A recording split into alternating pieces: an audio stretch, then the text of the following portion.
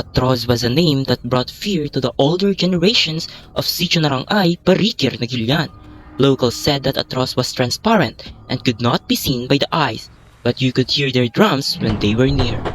Just like what happened to one of our kabarangay, a young boy. According to my interviewee, he would have been over 50 years old now if he were alive. He was only 7 years old when he died. Back then, they were playing near the wai because they were afraid of an old man. The old man used to tease them that he would put them in a sack or sako in Ilocano, so they played near the wai. It was noon when the young boy encountered the Atros. Someone saw that his head was decapitated, and 3 days later, he died. His companion, however, is still alive until now because he wasn't passed by the Atros.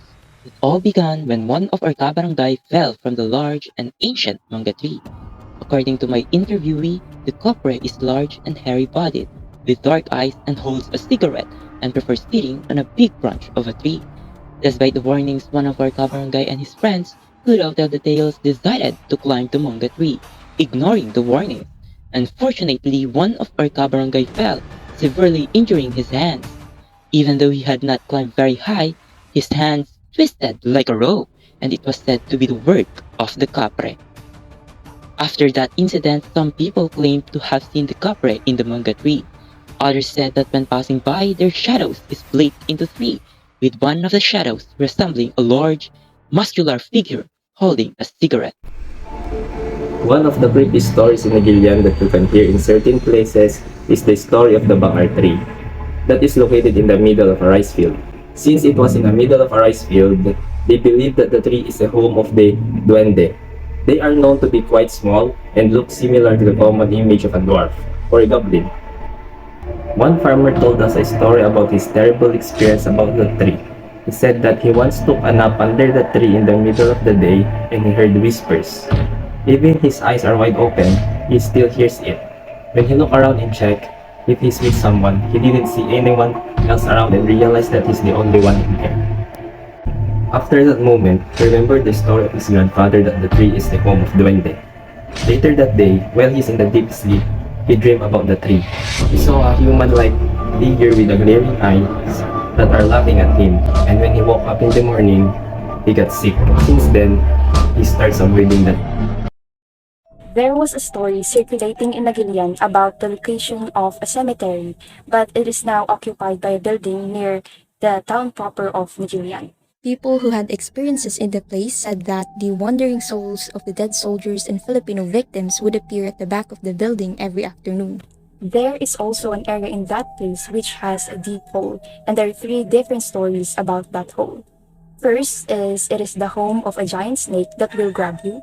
Second, the souls of the Filipino people who died in the war appears there and is trapped in that place, and so when you go near it, they will take you. And the last one is about a mermaid. However, people said that there's no water in that hole.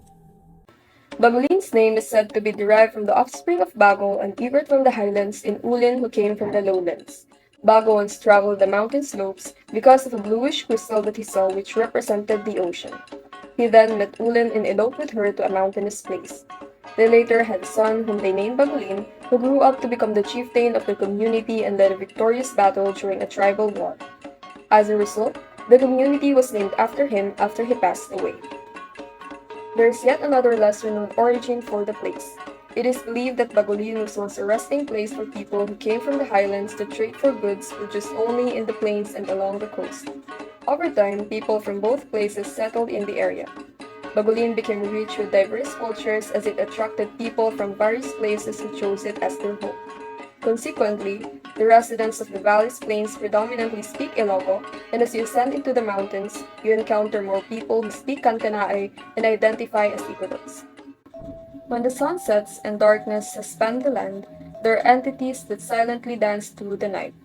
But are little balls of fire who are mostly seen in rural areas, especially in mountainous regions. They are mischievous and often lead people astray or toward danger. One dangerous trait they exhibit is leading people to cliffs, and if individuals are not careful enough, they can fall to their death. An interviewer shared a similar incident, and the story goes like this. Tadi ko po na ikon istorya ang daluluya din kato ko. Wala kami din nagutang ipasangan. Yun sila.